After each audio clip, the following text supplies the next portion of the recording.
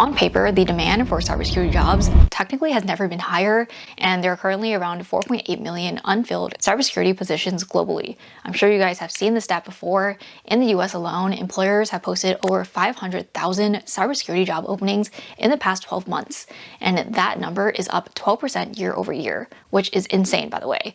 But all this, and obviously if you are currently in the job market, you probably see that, hey, maybe you sent out 50 job applications, but you didn't hear back from a single one. And the issue is the fact that a lot of these jobs are in areas and niches that are highly sophisticated and more advanced than the typical entry-level or early career job. Right now, niching down into a specific job in cybersecurity, having very technical skill sets is actually one of the most important factors when it comes to hiring in the cyberspace, which also means keeping up with AI. The Bureau of Labor Statistics projects that information security analyst roles are going to grow by 29% through 2034. And that is nearly 4 times faster than the average across all occupations. So on paper, this is technically still one of the strongest tech job markets out there. But here's where it gets nuanced. The shortage is no longer just about not having enough people.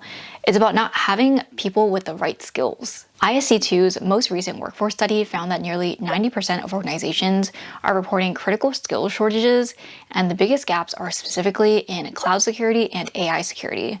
So these are the 2 biggest hot topics right now. And the shift in what that level looks like is happening a lot faster than education and certification programs and all the different trainings out there can keep up with. So first, let's talk about the landscape right now, because I think it's important to understand the scope of what we're dealing with before we talk about how to respond to it. The cybersecurity field has changed more in the last 3 months than it did in the last 3 years. We saw Claude Mythos shake the entire foundation of how we think about AI security. OpenAI dropped Daybreak, and if you've been paying any kind of attention, you already know that this is not slowing down. So the real question isn't whether AI is going to reshape cybersecurity careers. It already is. The question is, what can you actually do about it to benefit your own career? In this video, I want to talk about what's been happening, what it actually means for people working in or trying to break into cybersecurity, and then I'm going to show you something I personally built that I think represents exactly where this field is going. This video is sponsored by Lovable, and I'll explain why as we get into the video. Claude Mythos was a turning point. If you're not familiar, the short version is that it fundamentally changed the conversation around AI-assisted cyber attacks. We're no longer in a world where the sophisticated attacks require sophisticated attackers. This means script kiddies could have access to the same tools that the most sophisticated attackers do. The barrier to entry dropped, and it dropped insanely fast.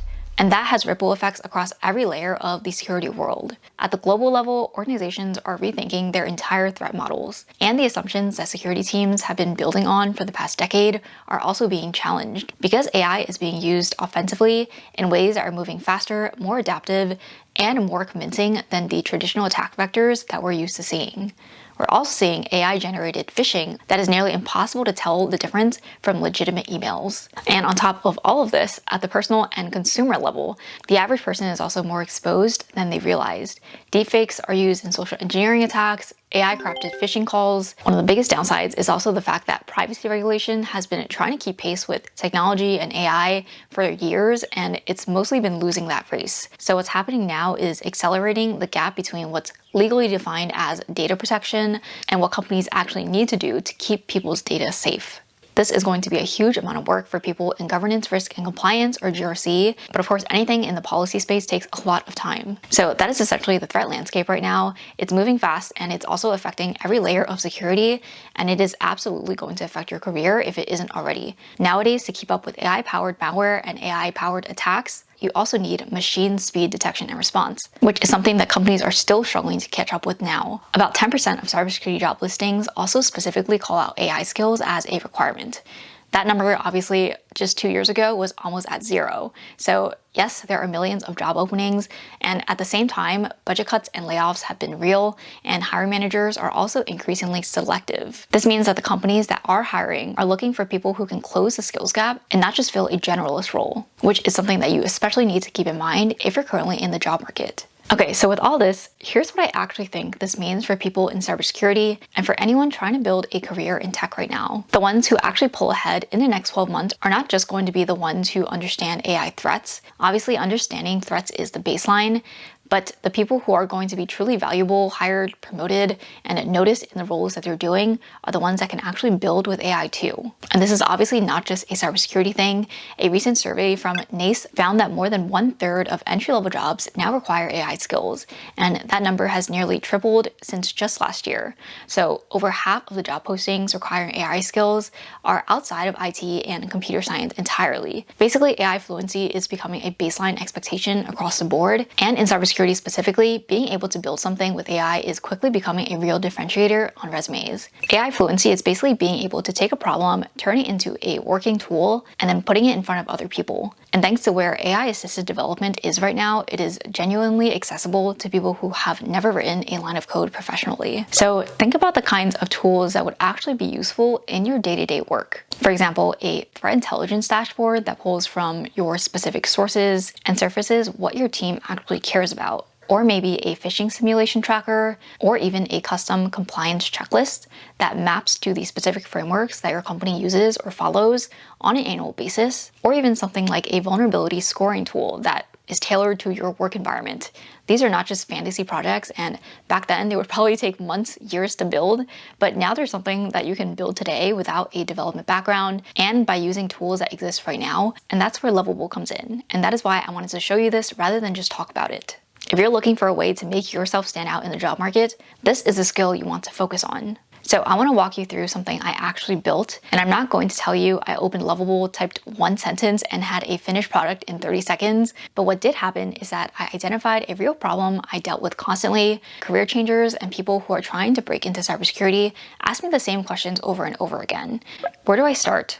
What certifications do I need? How do I get experience when nobody will hire me without any? These are some of the biggest questions, and my answers have always been fairly personalized because the right path also depends so much on where someone is coming from, what role they're targeting, their past experience, and what they already know. So I wanted a tool that could do that work for people who can't get on a call with me directly. This is a cybersecurity career roadmap tool, and I want to show you exactly how it all came together. So I started with the prompt that described the problem I was actually trying to solve. I told Lovable I wanted a tool where someone could input their background, their target role, their current skill level, and get a personalized roadmap with specific certifications, learning resources, and a realistic timeline of their learning path. The first version it generated wasn't perfect. I came back and refined it, and I also adjusted the flow of questions because I wanted to fix the orders. I also changed how it surfaced resources so that it could be as specific as possible. That iteration process is basically part of the fun of building, and what I ended up with is a working live tool, and after this video goes up, you can actually go and try it yourself. Now, I want to highlight a few things I specifically noticed and appreciated while building this because I think they'll be really relevant for you if you're trying to build something to get as real experience on your resume.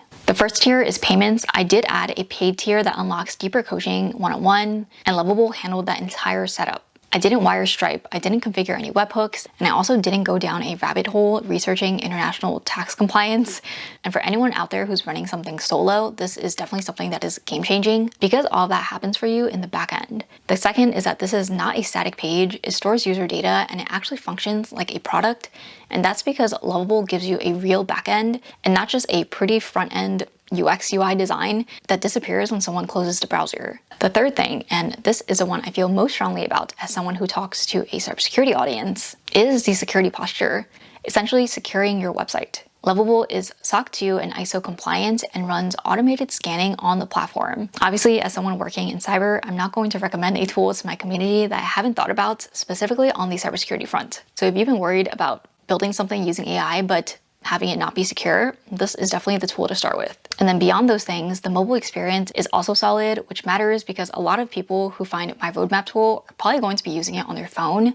And the SEO and AI search optimization features also matter to me because I want people to actually be able to discover what I've built. So if you do want to check out the tool itself, I'll have it linked in my description. But here's why all this matters for your career specifically, whether you're already working in the field or still trying to break into cyber. The skill I just demonstrated, going from an idea to a live product that someone else can actually use, is becoming a real differentiator in the job market. Not just in job applications, but also in interviews, performance reviews, and how the companies that are actually reviewing your resume can perceive your value. hiring managers notice candidates who can actually ship things. For example, a link to a working tool that you've built sends a signal that no amount of certifications and logos on a LinkedIn profile can match. And it also says that this person identifies problems, figures out solutions, and follows through. And that is incredibly hard to fake. And here's the data to back that up. A survey of hiring managers found that education and portfolio now carry equal weight in landing entry-level roles, and on-the-job project experience is actually considered the most valuable proof of readiness above a degree or certification. Basically, what this means is building something real and putting it out there is not just a nice to have anymore. It really is increasingly what separates candidates who get calls back from candidates who don't. And for people who are already in the field, building internal tools for your team is one of the fastest ways to get noticed for a promotion or a lateral move into a higher visibility role. And you don't necessarily need permission to build something useful. You just need to build it and put it in front of the right people if you already have a problem that you've identified. Having worked in cybersecurity, there are always problems that need fixing. And for those of you who are still trying to break into cyber, especially if you're coming from a non-traditional background and maybe you don't have years of experience yet, having a small portfolio of working tools can carry a lot of weight in interviews. It also gives you something concrete and specific to talk about, even more helpful that is related to AI, which is a huge advantage when most other candidates are giving the same generic answers about why they want to work in cybersecurity. This basically gives the proof and the experience that you need even without technical experience. And this also goes beyond cybersecurity too. Across tech, the people who are going to thrive in the next few years are the ones who can combine domain expertise with the ability to actually build. The World Economic Forum's Future of Jobs report identified AI fluency and cybersecurity as two of the most important skills set for the decade ahead. And having a combination of both of these skills is really what's going to make you stand out and make you genuinely valuable to any employer. And this isn't me just telling you to throw out all your certifications. Obviously, I still believe certifications matter and foundations will always matter. And having that combination is exactly what the job market is looking for right now. So the conversation around AI and cybersecurity jobs typically tends to default to fear and the fact that AI is going to take all of our jobs, and it can be very hard to keep up. But what you really need to focus on is the fact that the tools to meet that higher bar of hiring is also more accessible than they ever have been in the past. Nowadays, you don't even need a computer science degree, you don't need a development background, you need real-world problem solving and a willingness to iterate until something works. And that is exactly where AI really helps fill that gap. So here's a challenge I want to leave you with. Think about one problem in your current job or job search. One thing that you keep doing manually or keep explaining over and over, or something that you keep wishing existed, and try building a tool for it this week. Obviously, it doesn't have to be perfect, but just build something that works. I would highly recommend using Lovable for this. The link is in my description. And if you end up making something, I genuinely do want to see it. Feel free to drop it in the comments below. Thank you to Lovable for sponsoring this one, and thank you all for watching. If you want to build something for yourself and get that technical AI experience on your resume, you can check out Lovable through the link in my description. I post videos every other week, and hopefully I'll see you in the next one. Bye!